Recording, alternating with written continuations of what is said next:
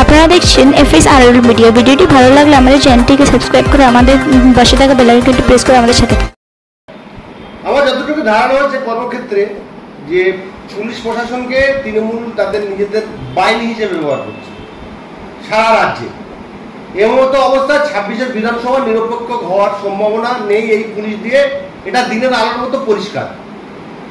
তাই কি রাজ্যপাল এই পশ্চিমবাংলার রাষ্ট্রপতি শাসন জারি করার সুপারিশ করেছে? এটাকে আপনি কেমন ভাবে দেখেন? না, আমি একটা কথা বলি, রাজ্যপালের এই প্রসঙ্গ দিয়ে ওই প্রসঙ্গ দুটো এক আসে না।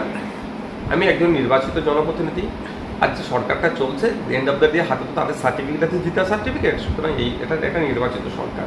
356, 355 একটা প্রসঙ্গ আছে, কিন্তু এত সহজে এই ধরনের বলা, উনার রাজ্যপাল, ওনার হাতে ক্ষমতা আছে, উনি কতটা অযৌক্তিক কথা বলে সেই যৌক্তিকতা সেই বিতর্কে যাব না, আমি সেটা না। আমি একটা কথা বলবো, ECI election commission of India যদি চায় ফেয়ার ইলেকশন হবে, তাহলে সেই রকমভাবে প্ল্যান পরিকল্পনা করতে হবে। আর আপনি এক কথার সাথে সহমত, এই পুলিশকে দিয়ে যদি 26-এর নির্বাচনে পঞ্চায়েতের মতো হবে, সব বিধায়ক কি বলে আপনার বিরোধীদের প্রার্থীদেরকে মামলা দিয়ে অ্যারেস্ট করিয়ে নেবে, বিরোধীদের বুথ এজেন্ট যারা হবে তাদেরকে ডিটেন করে নেবে, এইরকম করে হবে। তো এইরকম যদি হতে চায়, এর থেকে বাবা যাকে ইসিআই কাউকে একজনকে ডিক্লেয়ার করে দিক, বা অত টাকা খরচ করে লাভ নেই। কোটি হাজার হাজার কোটি টাকা ওতে আমার দেশে থাকলে লাভ হবে। দুটো রাফায়েল কিনতে পারবে, পাকিস্তান থেকে জঙ্গি আসলে ঢাই ঢাই করে উড়াবে, দুটো মানুষের খাবার বাড়বে, কি বলে আপনার ক্ষুধার্তের সুযোগ কি আমরা 100-র উপরে র্যাঙ্ক, আমাদের কিছু মানুষের খাবার হবে, শিক্ষা স্বাস্থ্যতে আমাদের তলনতে চলে যাচ্ছে, দুটো শিক্ষা প্রতিষ্ঠান বাড়বে, দুটো স্বাস্থ্য কেন্দ্র বাড়তে পারে। ওর অত হাজার হাজার কোটি টাকা লাভ খরচ করে লাভ নেই। যদি ভোটের নামে প্রহসন হয়, তাহলে ওর থেকে বাবা কাউকে একদিকে ডিক্লেয়ার করে দেওয়া। আতর মাখলে আমি না বললে নয়, আতর মাখলে বেশ কিছু কয়েকদিন সেন থাকে, আর বিরিয়ানি খেলে হাতে গন্ধ থাকে।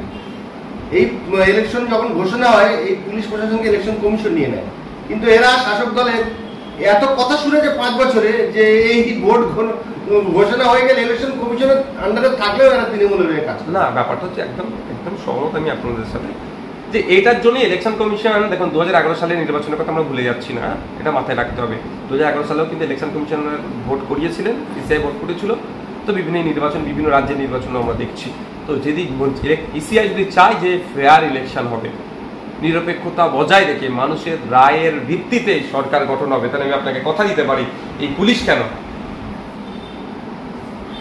ছুঁচ গলা দেওয়ার কারো ক্ষমতা রাখবেন। ইসিআই চাই, আর ইসিআই তখনই চাইবে সেন্ট্রালে যারা ক্ষমতায় আছে তারা কি চাইছেন তার অনেকটা নির্ভর করে। আমি সূত্র খবর পেয়েছিলাম যে সেন্ট্রাল চাইছে না, শুভেন্দুবাবু যতই চিৎকার করুক না কেন, দিলীপ বাবুরা যতই চিৎকার করুক না কেন, সুকান্ত বাবুরা যতই চিৎকার করুক না কেন, ওই কি বলে আপনার টিভি চ্যানেলে বসে কুসুম কুসুম করে যতই করুক না কেন, ওরা চাইছে না মমতা ব্যানার্জি এখান থেকে শুনুন।